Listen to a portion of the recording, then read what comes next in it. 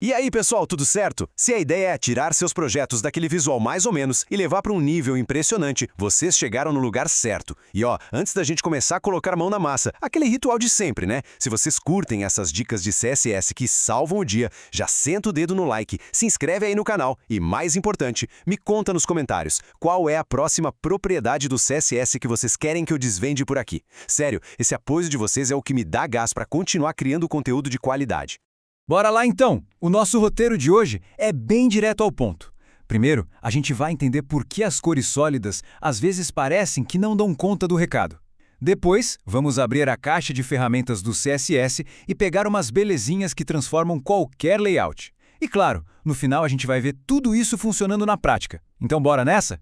Sabe aquela sensação quando a gente está montando um layout, escolhe uma paleta de cores super legal, mas quando olha o resultado parece que está faltando alguma coisa?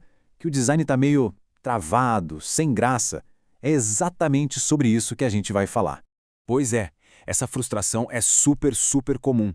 A gente bate o olho e pensa, poxa, tá tudo muito plano, chapado, faltou profundidade, um toque mais vivo, mais moderno. E é exatamente essa dor que a gente vai resolver hoje de um jeito bem elegante, vocês vão ver. E a solução para quebrar essa monotonia toda é, acreditem, surpreendentemente simples e muito, mas muito poderosa. Gradientes. E o melhor de tudo, nada de usar imagens pesadas para isso. A gente vai fazer tudo com CSS puro. Isso significa que seu site continua leve, rápido, uma maravilha. Tá, mas o que é um gradiente na prática? Pensa assim. É uma passagem bem suave, uma fusão entre duas ou mais cores. É como se uma cor fosse se dissolvendo na outra. E para o navegador, o CSS trata isso como se fosse uma imagem de fundo. É por isso que a gente usa a propriedade background para criar essa mágica. Simples assim. E para fazer essa mágica acontecer, a gente tem basicamente 3 feitiços principais no nosso arsenal. O Linear Gradient, que faz transições em linha reta. O Radial Gradient, que cria um efeito de explosão de cores, do centro para fora. E o Conic Gradient, que é super legal, parece um relógio ou uma pizza de cores. A gente vai desvendar cada um deles agora. Vamos começar pelo mais famoso de todos, o campeão de audiência, o Linear Gradient. Pode apostar, a maioria daqueles fundos de sites super modernos e elegantes que a gente vê por aí usa essa função. A chance é gigantesca. E olha só como é ridiculamente fácil de usar. No nosso CSS, a gente chama a propriedade background e dentro dela a função linear gradient. Aí é só passar as cores que a gente quer. Aqui, por exemplo, blue e purple. Só com isso, por padrão, o CSS já entende que é para fazer a transição de cima para baixo. Moleza, né? E pronto. O resultado é esse aqui. Parece uma mudança pequena, né? Mas olha a diferença que já faz. Dá outra cara para o elemento, traz uma sensação de profundidade que antes não existia. É instantâneo. Ah, legal! Mas e se eu não quiser de cima para baixo? Se eu quiser mais controle? Sem problemas! A gente pode subir o nível. É só adicionar um parâmetro de direção, como toRight, bem no comecinho. Isso diz para o gradiente ir da esquerda para a direita. E que mais? A gente pode botar quantas cores quiser. Vamos adicionar um pink aqui para ver como fica ainda mais interessante? Olha aí o resultado! Agora a gente tem uma transição horizontal que vai do azul, passa pelo roxo e termina no rosa. Fica muito mais vibrante, né? O controle criativo está todo nas nossas mãos. E isso é só o começo. Beleza? Gradientes em linha reta? Dominado. Agora vamos explorar outras formas. Chegou a hora de falar sobre círculos e cones com os gradientes radial e cônico, que são incríveis para criar efeitos de luz, pontos de foco e até gráficos.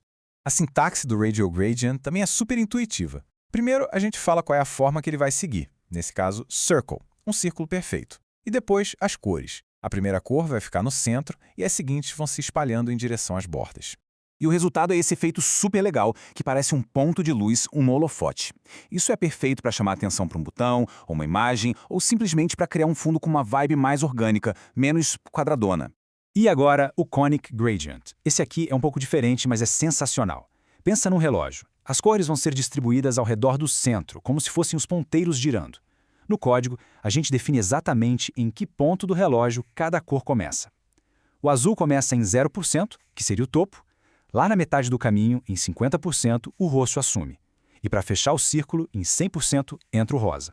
E olha só que incrível! Sem nenhuma biblioteca, sem nenhuma imagem, só com uma linha de CSS, a gente consegue criar gráficos de pizza, anéis de progresso, aquele tipo de visualização de dados que a gente vê em dashboards. É uma ferramenta absurdamente poderosa. Beleza, já entendemos a teoria de cada um, mas como isso funciona na vida real? Chegou a hora de botar a mão na massa. Vamos pegar o que a gente aprendeu e construir uma Hero Section. Sabe aquela primeira parte de um site que tem que causar uma boa impressão?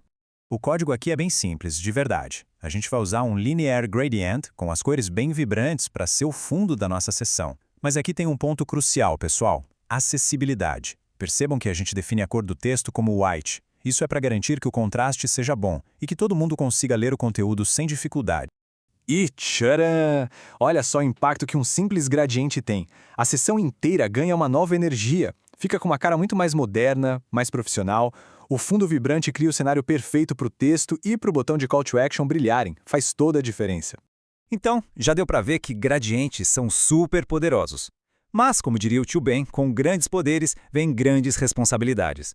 Para a gente não sair por aí fazendo um carnaval de cores, vamos ver umas dicas rápidas do que fazer e, principalmente, do que não fazer.